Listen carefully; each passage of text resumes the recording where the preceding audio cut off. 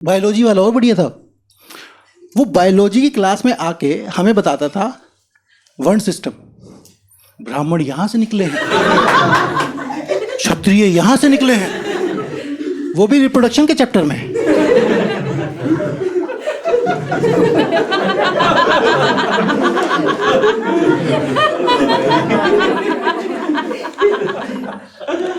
क्या श्याम, किताबों में क्या देखते हो?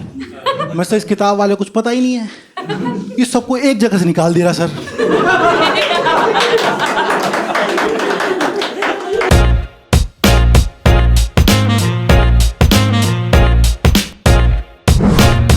है दोस्तों, माई सेल्फ श्याम कुमार सिंह।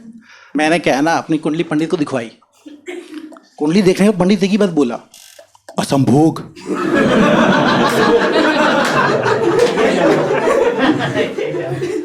मैं, पंडित जी क्या है? क्या तेरा पुराना जन्म दिख गया? मैं, क्या था उसमें? क्या तू जापानी था? मैं जापानी? तो कह रहा हिरोशिमा का बम तेरे पे ही गिरा था। मैं कहा पंडित जी ये जन्म तो बीत गए, अब क्यों ही डरना? कह रहा बेटे वो तेरे अच्छे जन्म थे। मैंने कहा तो पंडित जी आपके पास भी तो कोई उपाय होगा? कह रहा है। पर उसने क्या किया, एक डब्बे में से ताबीज निकाला, मुझे दे के कह रहा पहले तू इसे मुझे बांध दे।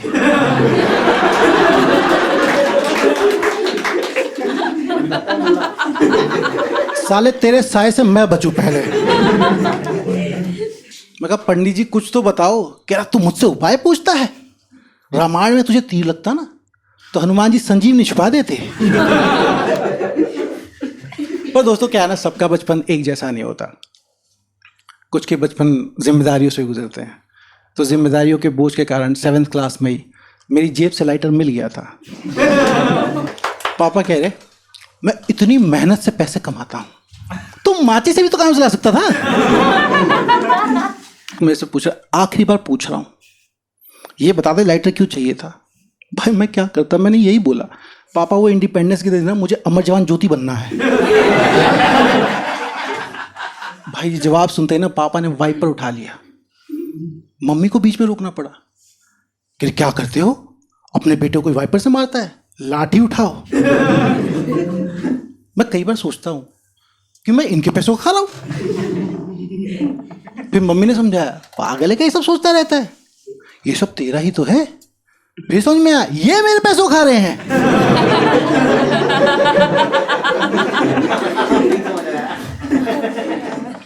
यह भेदभाव पता मेरे स्कूल में भी होता था। स्कूल में ना किसी बच्चे के पेट में दर्द हुआ तो उसे चॉकलेट देके घर भेज देते थे।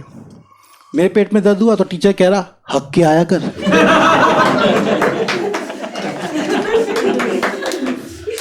कह रहा इधर वो साइंस लैब से ना लाइटर नहीं मिल रहा, तूने देखा है क्या? मैं सर मुझे कैसे पता होगा, मैं तो माचिस से काम चलाता हूँ। कह रहा वैसे साइंस लैब से माचिस भी नहीं मिल रही। भाई उस दिन मुझे समझ में आया मैं गरीब नहीं हूँ, मेरा स्कूल ही गरीब है। ये वाटर कूलर अफोर्ड नहीं कर सकते, भाई मटके रखे थे पानी पीने के लिए ना। मैंने अपनी जेब से 1 रुपये निकाला, उसके हाथ में रख दिया। मैं रख लो सर। उस सिक्के को देखता, कह रहा वैसे साइंस लैब से 1 रुपये का सिक्का भी नहीं मिल रहा।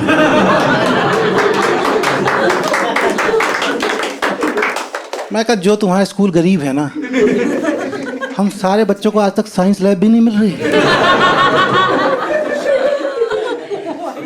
भाई एक से बढ़कर एक टीचर थे हमारे स्कूल में। एक एसएसटी वाला था, वो जान तो किताब लेता था और किताब लेके पढ़ता था कि भारत में सब बराबर है, कोई भेदभाव नहीं। मैंने बोला सर ये बात ना उस शर्मा को बताओ, मेरे को साथ में बिठा ही नहीं रहा। भाई उसने किताब बंद की गुस्से में और साइड रखी और कह रहा है मैं ये बिल्कुल नहीं सहूंगा, ब्राह्मण के बगल में से ब्राह्मण बैठेगा।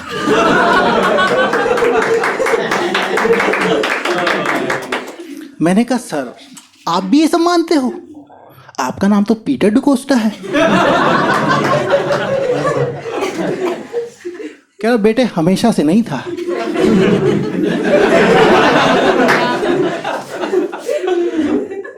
उससे बढ़िया जान तो बायोलॉजी वाला और बढ़िया था। वो बायोलॉजी की क्लास में आके हमें बताता था वर्ण सिस्टम। ब्राह्मण यहाँ से निकले हैं, क्षत्रिय यहाँ से निकले हैं, वो भी रिप्रोडक्शन के चैप्टर में।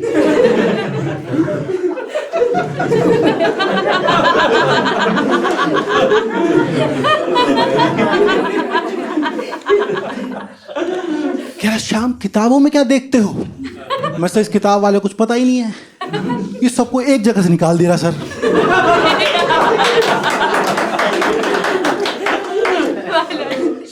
सबसे बढ़िया था इंग्लिश वाला, वो हिंदी में पढ़ाता था। उसको मैंने बोला sir may I go to toilet, कह रहा यू आर वेलकम।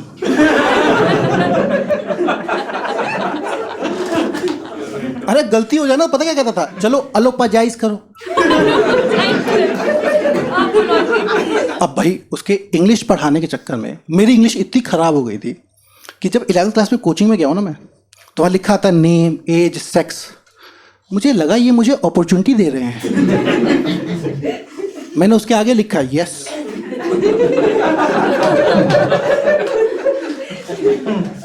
रिसेप्शनिस्ट ने फॉर्म देखा,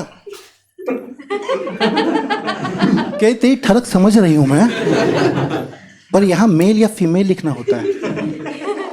तो मुझे लगा ये मेरे से मेरी चॉइस पूछ रही है।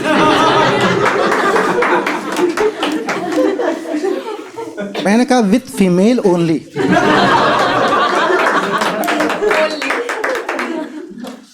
भाई ऐसे टीचर थे ना, वो सजा जानते हो क्या देते थे? हमारा कोएड स्कूल था, तो मुझे सजा में ना लड़कियों के बीच में बिठा देते। मैं कहा ये सजा है, और है तो लड़कियों को क्यों दे रहे हो?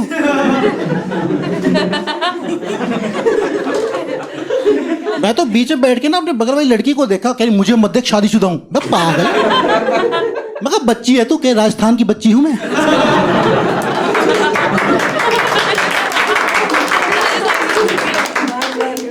टीचर मुर्गा बनाने के बाद था भाई, मैं सामने चिकन खाता था। कह रहा मुर्गा देखते हो, मुर्गा खाने का मजा बहुत आता है। मैं सर ये बात है तो मुझे आपको देखते कुत्ता खाना पड़ेगा।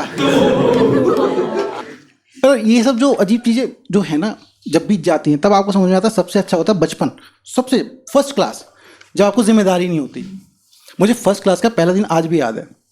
पहले दिन है हमारी क्लास टीचर थी नीलम मैडम, उसको पढ़ाना था गुड टच बैड टच। वो एक पोस्टर लाई जिसमें नंगा बच्चा था, उसके बॉडी पार्ट्स में ना रेड रेड बना हुआ था। आके कह रही बच्चों जानते हो ये क्या है? मैं कहा हाँ मैडम इसे रैशेस हो गए हैं। कहीं नहीं श्याम, ये गुड टच बैड टच है, आओ मैं तुम्हें करके बताती हूँ।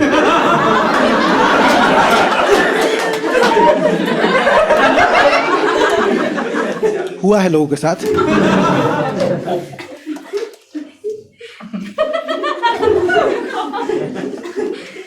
यार वो मुझे बैड टच करने लगी और मुझे बहुत गुड फील हो रहा।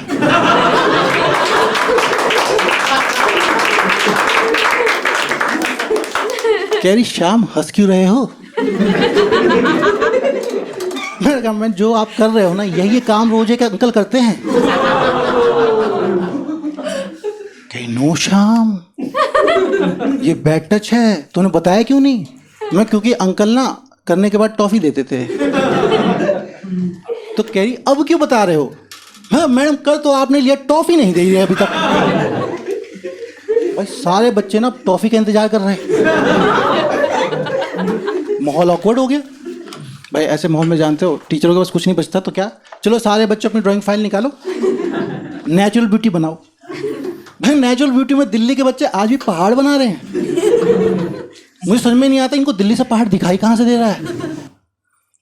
मेरी ड्राइंग शीट में ना एक पहाड़ था और दो सूरज, दोनों सूरज पहाड़ के नीचे दबे हुए थे। नदी एक थी, वो भी ब्लैक कलर से बनाई थी मैंने। मैडम कह रही नदी ब्लू कलर से बनाते हैं। मैं कहा मैडम मेरी यमुना है।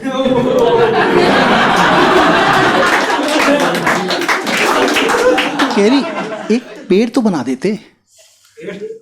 मैं कहा मैडम वो पेड़ काट के तो पन्ना बना है ना। भाई वो मुझे देखने लगी। मैं कुछ कहना कहीं नहीं बेटे स्कूल में गाली नहीं दे सकती।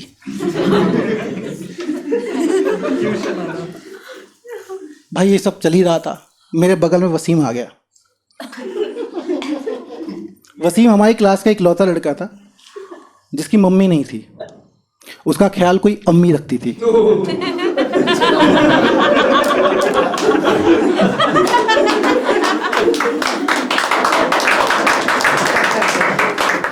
उसकी पैंट छोटी ना हो जाए इसलिए उसके पापा ने इतनी बड़ी पैंट सिलवाई थी कि बेल्ट यहाँ बांधता था वो। हम पैंट की जिप खोलते थे, बाहर वसीम आता था। भाई मैंने तो फिर भी कुछ बनाया था, वसीम ने पूरी शीट पे काली पोत रखी थी। मैडम कह रही ये क्या है? क्या मैडम पहाड़। कि इसमें पहाड़ कहाँ है? मैडम रात में पहाड़ ऐसे दिखाई देता है। कह रही मुझे रात में ही नहीं देखना था, दिन में देखना था। सूरज कहाँ है? कह रहा शाम की शीट में।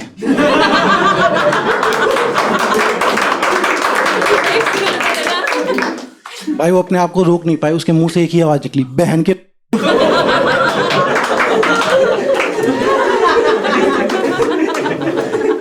बाहर निकलो यहां से।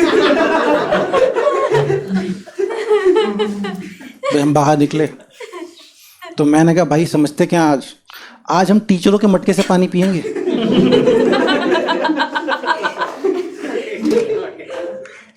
वसीम कह रहा भाई कल गलती से ना टीचरों के वॉशरूम में चला गया था, निकलती हुई धार पे पीटीआई ने बाहर निकाला है। मैंने कहा उसकी ये मजाल। भाई मैंने देखा कि टीचरों के मटके के बगल में ना छिपकली जा रही है, मैंने छिपकली उठा के डाल दी और ढक्कन बंद कर दिया, खूब हिलाया ठीक से।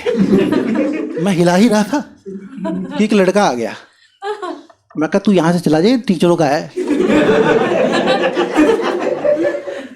कह रहा पीटीआई ने मंगवाया है। मैं कहा रुक भाई, मैंने अपने हाथों से भर के उसे दिया, वो कमीना पी गया। कह रहा अब पीटीआई के लिए दो। मैंने फिर भरा, पीछे मुड़ा तो नीचे तड़प रहा था। उसे तड़पता हुआ देख के राजस्थान की लड़की बोली हाय मैं विधवा हो गई।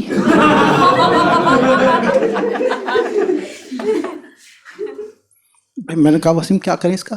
कह रहा भाई से मैडम के पास ले चलते हैं। मैं कहा ये उठ नहीं पाएगा। उसको पूरे ग्राउंड में घसीटते हुए लेके गए हम। मैडम ने देखा कि ये तो बेहोश हो गया, इसे कोई पानी पिलाओ। हमने 2 गिलास और पानी पिलाया।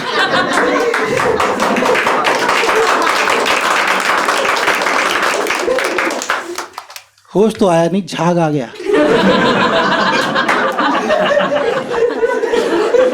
एक और जगह थी जहां बच्चे गिरते थे, असेंबली में, जून के महीने में 8 बजे धूप होती थी बहुत तेज। हमारे स्कूल में प्रेयर होती थी, इतनी शक्ति हमें दे न दाता।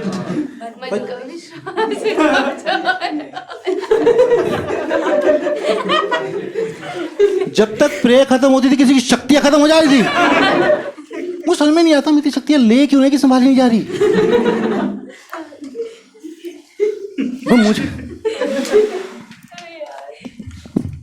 मुझे लगता था ना कि हम ऐसे करते हैं शक्तियां यहां से घुसती हैं, तो मैं तो ऐसे तोड़ देता था। मेरे आगे लगता था वसीम, वो ऐसे शक्तियां लेता था।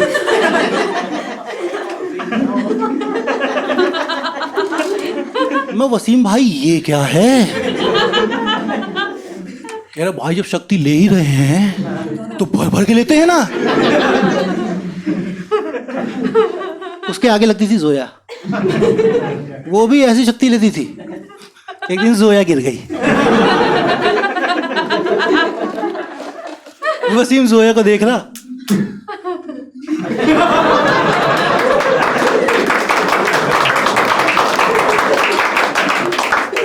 बच्चे गिरे थे, कोई फर्क नहीं पड़ रहा था किसी को। एक दिन नीलम मैडम को थोड़े चक्कर के आए, पीटीआई जो दूसरे कोने में था पलक झपकती कूद के आया। मैडम गिरने से पहले पीटीआई की गोदी में थी। भाई हमने क्या देखा, हमारी मैडम है, हमने देखा तो पीटीआई कह रहा क्या देख रहे हो? मैं कहा सर वो बैड टच। कह रहा अच्छा सिखाएगा मुझे तू? कह रहा जाओ यहां से, मैडम प्रेग्नेंट है, प्रेगनेंसी में ऐसा होता है।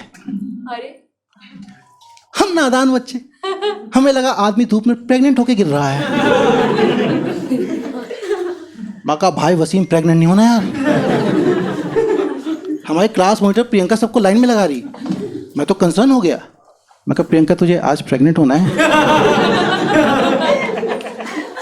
वसीम कह रहा ऐसे होते हैं? मैं कहा हाँ भाई। कह रहा पर शाम ये साला पीटीआई सुबह से शाम धूप में ही भाग रहा है, प्रेग्नेंट नहीं हो रहा यार। फिर मैंने समझाया हमारा पीटीआई बांझ है।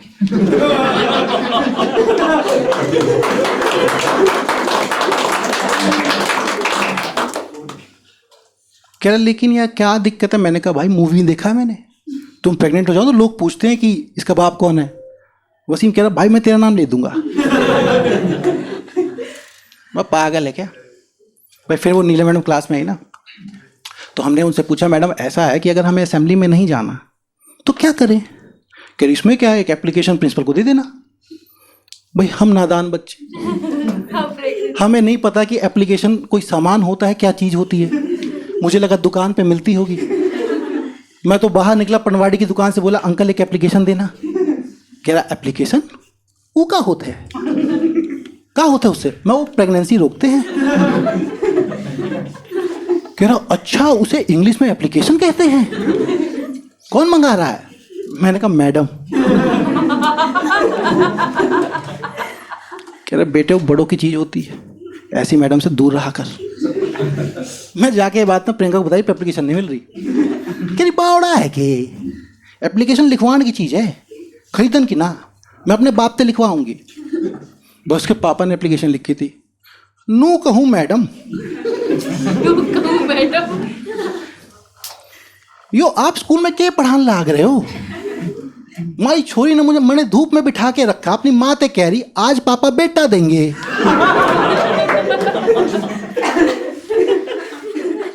मैं कार चला रहा था तो कह रही एप्लीकेशन लिखो। अब मैं एप्लीकेशन लिख रहा हूँ, कार ये चला रही है, तो ये जो मांग रही है इससे दे दिए।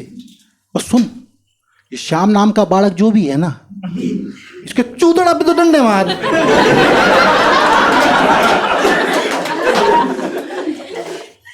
थारा अपना बलवंत।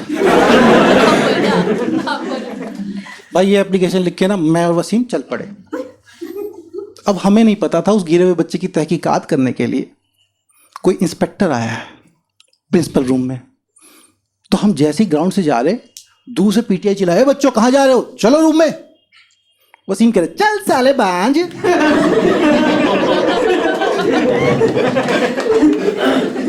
भाई सुनते ना वो भागा। वसीम अपने कपड़ों में छुप गया, कह रहा मैं पीटीआई को नहीं दिखूंगा, मैं जिप खोल के निकाल लेगा तुझे। भाई वसीम ने भागने के लिए अपनी बेल्ट ढीली की, पैंट ही खुल गई। वसीम नंगा भाग पड़ा। मैं सीधा गया प्रिंसिपल के रूम में। मैं प्रिंसिपल के रूम में क्या गया तो इंस्पेक्टर बैठा हुआ था, प्रिंसिपल बात कर रही थी। मेरे को देखा, कह रही हाँ बच्चे क्या है? मैंने कहा मैडम एप्लीकेशन। वो कह रही इंस्पेक्टर से सर आप हम पे शक करते हो? हम भारत का भविष्य बनाते हैं, वो देखो भविष्य फर्स्ट क्लास में एप्लीकेशन लिखता है। मैंने पीछे मुड़ के देखा, कोई भविष्य था ही नहीं।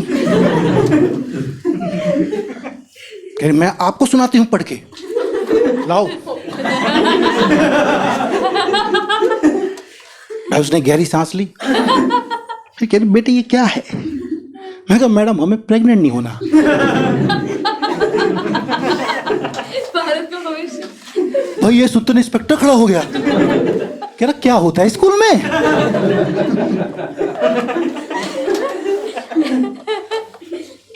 प्रिंसिपल कह सर आप बैठो, ये बच्चा है, इस बच्चों को कुछ नहीं पता होता। मैं कहा मैडम हमें सब पता है। नीला मैडम मेरी आंखों के सामने हुई है।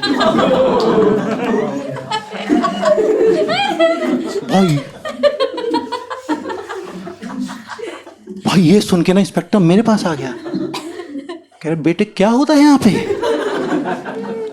मैंने कहा अंकल ये ना पूरे दिन ना एसी रूम में रहती है, बाहर रोज कोई प्रेग्नेंट हो रहा है अंकल।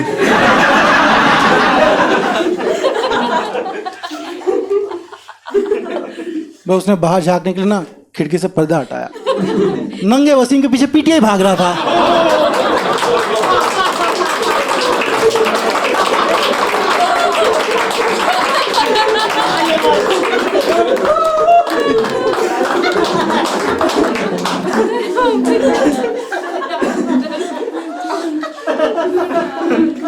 प्रिंसिपल कह रही सर कुछ दिखा? कह रहा भागता हुआ देश का भविष्य दिखा।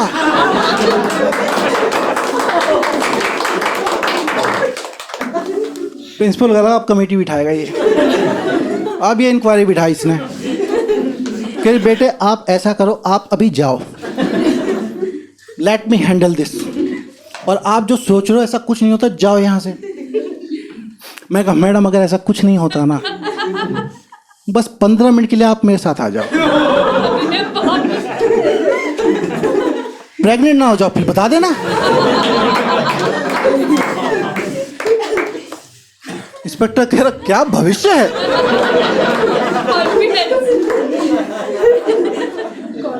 भाई बहुत परेशान प्रिंसिपल, उसने सर पकड़ लिया और गुस्से में बोली sir this is my school, I know every inch of it, यहाँ कोई प्रेग्नेंट नहीं है। ये बोला ही था भाई, प्योर मिठाई का डब्बा लेके आ गया। कह रही ये किस लिए? कह रहा मैडम वो नीलम मैडम प्रेग्नेंट है।